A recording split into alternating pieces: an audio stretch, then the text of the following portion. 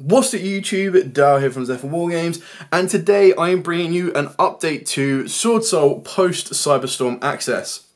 Sword Soul inadvertently got two new support cards in the form of Chaos Angel and of course, more importantly, the Rindworm.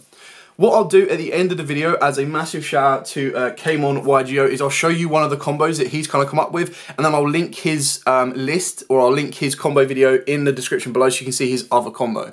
Really kind of cool, 2-card combos that allow you to be either all out protected, nib protected, you name it. So with all of that out of the way, please smash that like button, hit that notification bell and subscribe so you don't miss out on any more upcoming content.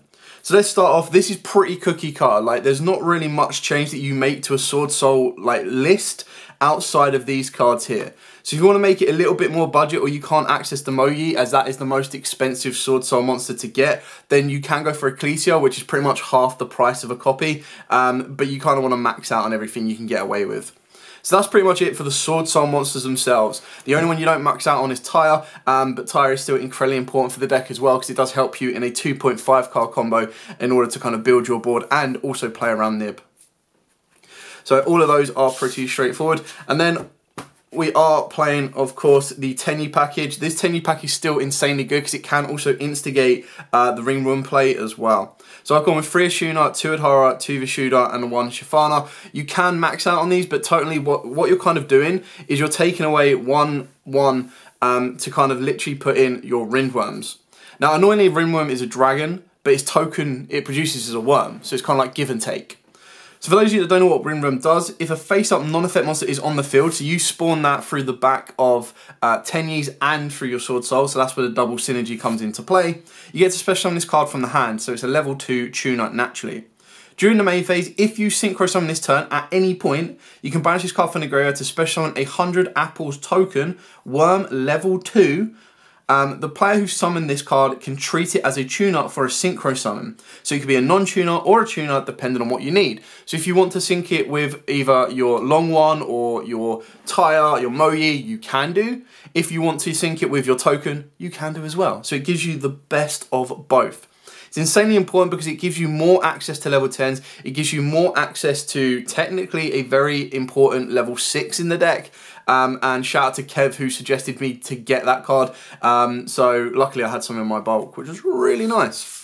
So that's the Sword Soul and Apple Dragon lineup. And then for the hand traps, pretty much Ash Blossom and Imperm. You can adapt these to whatever you want. Like, you can start maining Drolls if it becomes that much of a factor. You can main more board breakers. There are a couple of flex spots in the deck that you can adapt, change the levels around if you want to. Like, if you feel you're clogging on Tyres, you could put Tyre to 1. You can then also not play or cut down the Heavenly Dragon cycles and the vessels depending on your play style and route of play you are going for.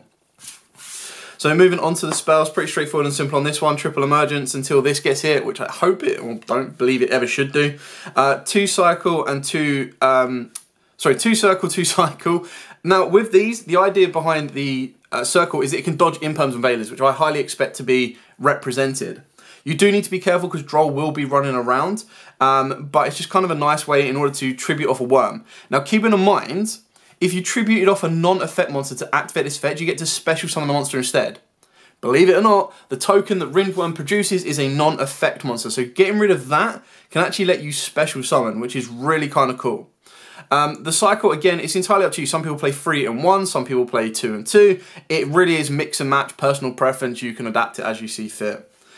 2 desires, I still play the 1 summit. Now a lot of people cut this, but I actually quite like this because through a Tyre combo, the Foolish Burial can actually lead you to a Moyi, and as long as you've got a worm in hand, you actually then adapt your plays from being 2 level 10s and a level 8 to being 2 level 8s and a level 10. So you've got adaptation plays depending on what you want to go for. The 1 Cool Bite, and then of course the 1 Blackout. Now if you don't want to play Summit, you can double up the Blackout. You can also put Gold Sark in here as well, because Gold Sark can then banish a Blackout, spawn a token, and you're good to rock and roll. So that's it for the main deck. There's nothing really massive in my opinion of value. Like, I picked the Rindworms up, I believe, for about £10 each. You should be able to pick up them for around that price. I don't believe at this exact moment in time that it should be going up. I do believe it will go up in the future, so now is the time to pick them up. And then the other expensive card is Moyi. But again, if you're building Sword Soul, you should already have them, and if you haven't, at the moment in time, focus on Ecclesias because they're a fraction of the price, and at least get 1 Moyi. Moving on to the extra decks, we'll start with the Synchros and we'll work our way up. So the level 6, this is what makes the deck, or doesn't make it like massively different, but is a very important card that you can now utilize, is the Metaphys Horus. So this one requires a tuner and then one or more non-tuners, and it's a level 6. If it is Synchro summoned, you get to activate the appropriate effects depending on the non-tuner monsters used as its Synchro material. Now keep it in mind, it's very important that it's only on the non-tuner monster used as Synchro material. So unless you're going to be adapting your levels that crazily, you're only ever going to get one of the effects off. So if it's a non-tuner normal monster, this face-up card is unaffected by other card effects. Now, you don't really want to rely on that too much because that's where your Chaos Angel is going to come into play to protect everything else. The one you want to be focusing on is the effect monster one, and you get to target another face-up card on the field and negate that target's effect. Now, that's any face-up card on the field, so you can deal with back row. It negates it permanently as well while this is on the field. It's not until like the end of the turn or anything else. So moving on to the level 7, of course, we've got Yazi, and then we do have 2 Baxes. Again, the extra deck's pretty cookie cutter. There's not really a lot of flexibility in the sense. It just depends on if you want to play Dragite or not play Dragite, if you want to play Horus or not, and kind of work it there. Draco Berserker, the Tenyi, and then I've gone with the 1 Virtual World Shen Shen. The reason I've gone with this is because so many decks right now can really struggle if they don't get a graveyard. So when you look at super heavy Samurais, that can really hurt them. Pearlies can also be hurt by that. So it kind of does give you that ability, and it's kind of one of them control cards. You've obviously got Chao Feng if you wanted to as well. You just kind of need to be able to put up, in a sense, a very easily accessible floodgate. And then for the 10, we've got Sovereign, we've got Supreme, and then we've got Banon de Fleur, backed up by the new Mac Daddy in Chaos Angel. Now, it's very easy to get 2 level 10s on the board now, and the best thing about Chaos Angel, and that's why you want to focus on making Chaos Angel with a light, which is relatively easy to do because the light monster that you can make it with is going to be Rindworm, alongside either your Ecclesia, or you also have access through the back of your Ashuna.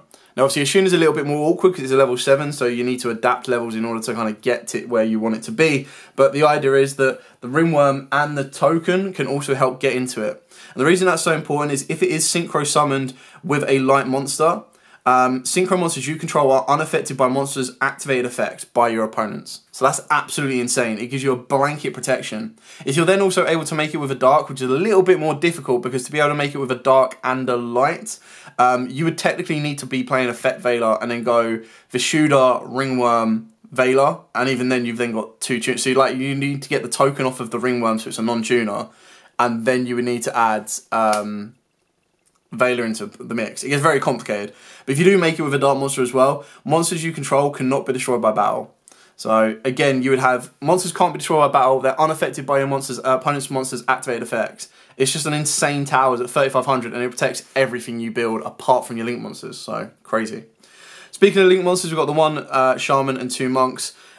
Pretty standard on this one. Shaman's actually kind of cool as well. It does get more usability during the kind of combos because you can discard a card off it, bring back a Chi Xiao rather than having to make a second Chi Xiao. So it depends if you want to be burning through your Chi Xiaos or if you want to kind of maintain a bit of resource that you already have. So that's it for the lineup. I am now going to show you I'll show you the 2 card or the 2.5 card combo, and then I'll link you to the combo video in the description below so you can go and see the rest of Cayman's plays as well. So as I said at the start of the video, I take no credit for this combo. This combo is all Cayman YGO, and like I said, I'll put a link in the description to his video, and there are 2 more combos in that one, so you get a bit of a taster of what he's kind of come up with, and then you can see a bit more. So the idea behind this is with these 2.5 card combo, keep in mind you'll still have 2 more cards in your hand. You're going to activate Emergence. Emergence is going to allow you to search you out your Tire. You're going to normal summon your Tire, you're going to use this effect to banish the Emergence from the graveyard. This will then allow you to spawn a token. Now, because you control a non-effect monster on the board, you can special summon down the Ringworm, which is very important. At this point, what you're going to want to do here is you're going to want to sync the token plus your Tire, and this is going to allow you to get into your Chi Xiao. You're then going to be able to go chaining 1 Chi Xiao, chaining 2 Tire. Tire will then Foolish Burial the Ashuna, and then Chi Xiao will then search you out the long one. At this point as well, moving into your 5th summon, you're going to synchro your Chi Xiao plus your Ringworm, and you're going to go into your Banon, being able to protect you from a nasty Nibiru. Now at this point, you've done everything you need to. You can start locking yourselves into worms. So you're going to banish the Rindworm first to spawn that token, and then that means you're going to be able to activate the Ashuna in the graveyard to special summon out Adhara. In doing so, you've now obviously got a tuner. If you wanted to, you could spice it up into something like Metal Marcher, but that's going to be a little bit weird. So then what you're going to want to do here is you're going to want to link off your Adhara, just so you're putting it in the graveyard, and going to go for the Monk of the Tenyi. You're going to banish the Adhara, and this is going to give you your guaranteed worm for your long one play. You're then going to use long one, discarding the Ashuna, summoning itself down. Now obviously if you've got another worm here, you don't need to wait that long to use the Ashuna, the long one, and you can actually discard the Ashuna off of the next card we're going to make. So off of the long one, of course, you're going to spawn a token, and then you're going to sync the token and long one, burning your opponent for 1200 and going into your Supreme. Now keep in mind, even though this is visualized as a Sword Soul token, it is not. It's a Ringworm token, so it does not lock you into anything specific, which is why you can then use the token plus the Tenyi as it is a worm and go into your Shaman. Off of the back of the Shaman, this is when you can discard this card and bring back your Chixiao. So even though you've burnt through 3 cards in your hand, you'll still have 2 more cards to kind of protect and play with. And you've got your Tenyis in the graveyard set up. So if you get a non-effect monster in your on the board the next turn, you've got a new live Ashuna, and then of course you've got the ability to pretty much banish any of these to negate with a Chixiao. You've got an Omni Negate off of your Defleur, and then of course you've got your Supreme as well. Now if you wanted to get a little bit greedy, what you could do is you could actually make Supreme first rather than Baron, but you're not protecting yourself from Nibiru, keep that in mind. And the reason you would do that is by making the Supreme first, you'd get a draw, because then rather than being able to make Baron as your next level 10, your next level 10 would then become your Supreme Sovereign Chen Ying. So you'd get an additional draw and you'd have a bigger boss monster. So you'd basically, your end board would actually be something like this, so that when you do banish with Chixiao to negate, you can then banish another monster, and then of course you've got 2 off of this. So it's just a bit more aggressive rather than defensive, but it's just another option that you can kind of see fit in what you can get to as well. Anyway, thank you so much for watching. Don't forget to like, comment, subscribe, share. If you do have any questions at all, please put them in the comments down below. Like I said, I'll put the comments to Cayman's profile or his basically combo video in the description below. He's done really well with Sword Souls, especially with the new support. So it was definitely worth doing a shout out and then being able to show you guys this particular combo, because I think it's a really kind of cool combo that utilizes the new Ringworm to show you its importance towards the deck as well. But for now, as absolutely always, stay safe and of course, happy dueling.